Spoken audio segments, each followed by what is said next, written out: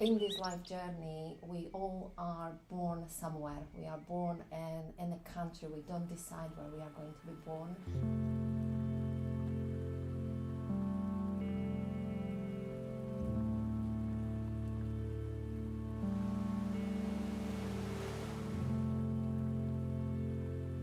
Hello, I'm Eva. I was born in old Czechoslovakia. When I was in Slovakia, Slovakia is an extremely beautiful country. It's got such a gorgeous nature, and I was always connected to nature a lot. So I would go to the mountains, and I used to lie down on the grass in the meadow, and I would watch the sky and the aeroplanes and the people who were born during the communism and lived during the communism know that we actually literally couldn't leave the country. We were trapped in the country. So I would used to dream. I look at the planes flying on the sky, and I was like, how it would be to just go away, just to go and see the different places. Every year there were about 2,000 people emigrating from Slovakia. In 2001, Eva, who was 24 years old at the time, emigrated to the UK. She dreamt big, and the doors of the world opened in front of her for her to go and explore. Her journey starts with holistic healing in Brighton. You as a child are formed out of the experiences around you, and the environment around you is going to form who you are. As a child, I was also super curious. I was really curious. My dad had so many books in home. We had loads of books, and I found this book from Brzyslaw Kafka, who was talking about the old way of healing.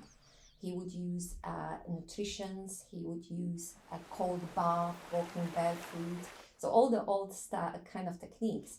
One of my friends, I knew she was a healer. She was doing a healing.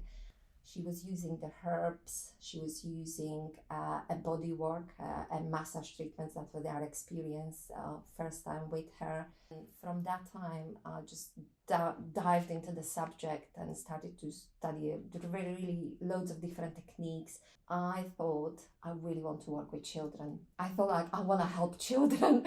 I had this kind of a feeling that because I know how painful it could be for a child to have experiences in the life, I wanted to help them. I packed one bag, kept a couple of jeans, and I went on my travels. And that was absolutely the best time of my life, the best step to go to Asia. Eva's travels have helped her with her growth, and when she came back to England, she returned with a whole new concept of life and wisdom. Eva knew she had to help children with their stresses and anxieties with her newfound knowledge. This is how ETR, her small business, was born. And that was the first part of the ETR actually. If you would ask me where ETR coming from, it came from the time when I was born. It came from the experiences I had in my life. The meaning of ETR is the E stands for evolve, evolution. T is transformation, and R is rejuvenation. Starting basically with children, I would say that time when I started to teach kids, and I started with yoga and I was teaching them breathing and stuff. Then I expand my study. I started to do different courses to move to adults. This is why I love this business, because it's growing organically. It's growing out of wisdom. The biggest thing with ETR from very beginning is to see people grow, is to see people to come out the treatment room and say, oh, just feel amazing. ETR was a relatively new company when in 2020 COVID hit the world. Due to the pandemic shutting down the UK for large periods of time, small businesses struggled to stay open. According to a Bloomberg article in 2021, over 102,000 small businesses had to close their doors in the UK. COVID affected my business, yes. Of course, there were less clients. Less income, of course. Financially, it was really tough. I was really hard. I didn't get much support, and it was really hard. It affected business really hardly. The government support for Eva was hardly enough for her business to stay open. She had to build ETR back up from scratch so that she could open her business back up again and stand on her own 2 feet.